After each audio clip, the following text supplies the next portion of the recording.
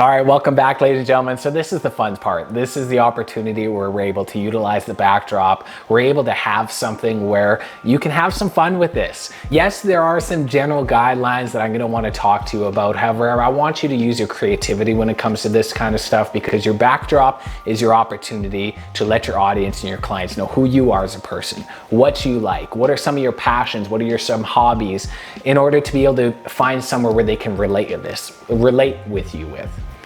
This is the most important part when you're using your backdrop, is you want your backdrop to be relatable to your audience. This is where it's going to be extremely important when you do your background check and when you utilize your event planner. Maybe make some notes if maybe your audience like cars. My audience right now, they happen to like plants, so I set up my area to have some plants so I can have some general conversations with them around that.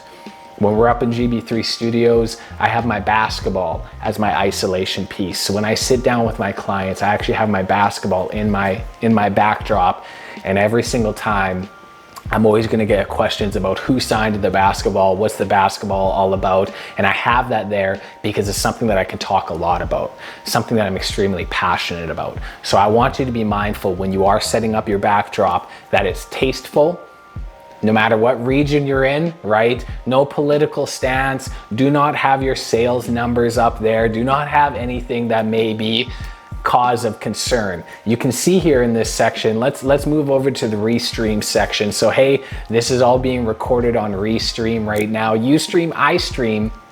We all stream for Restream. So of course right now you can see my backdrop. I have my plants put in place. I have a little welcome sign to let you know, hey, I'm your instructor, to let you know what's going on. So I think that is really good. However, just be mindful of what you're putting in that actual word board so you don't have to worry about having awkward situations, right?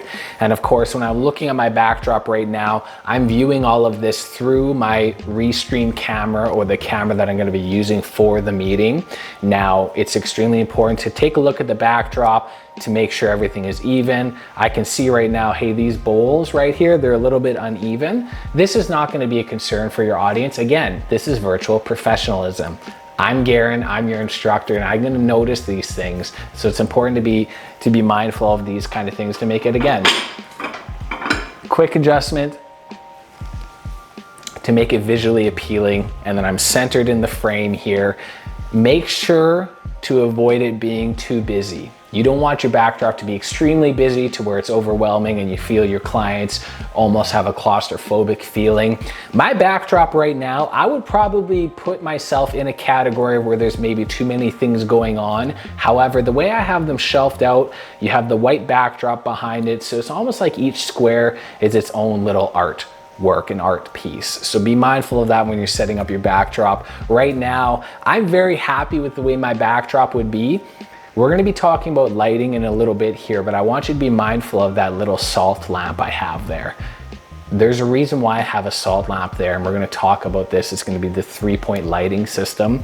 We won't dive into that right now, of course, because we are talking about the background settings. So again, make sure it's mindful. Make sure it says who you are. Be creative with it, right?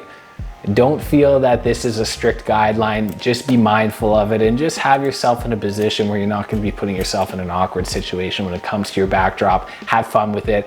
Be creative with it. There we go. I'm confident. I hope you're confident enough to actually check off this thing. So there we go. My backdrop is confirmed. Is yours? Let me know. I'm really excited for this. So guess what? we're about halfway through now of the actual virtual sales checklist. We just went in through the visual. Now we're gonna dive back into a little bit of the actual technical. So we're gonna go upstairs. We're gonna talk about the camera settings. This is going to be extremely important when going into your virtual meeting. And we're gonna record this all through Restream. So I'm gonna walk you through step by step of what I'm actually doing when it comes to the camera settings.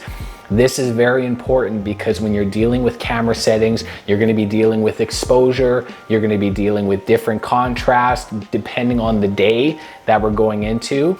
So we're going to have to be really mindful of this. So you can see even in this example, you don't have to worry about different cast and shadows and everything like that. So we're going to have yourself preset.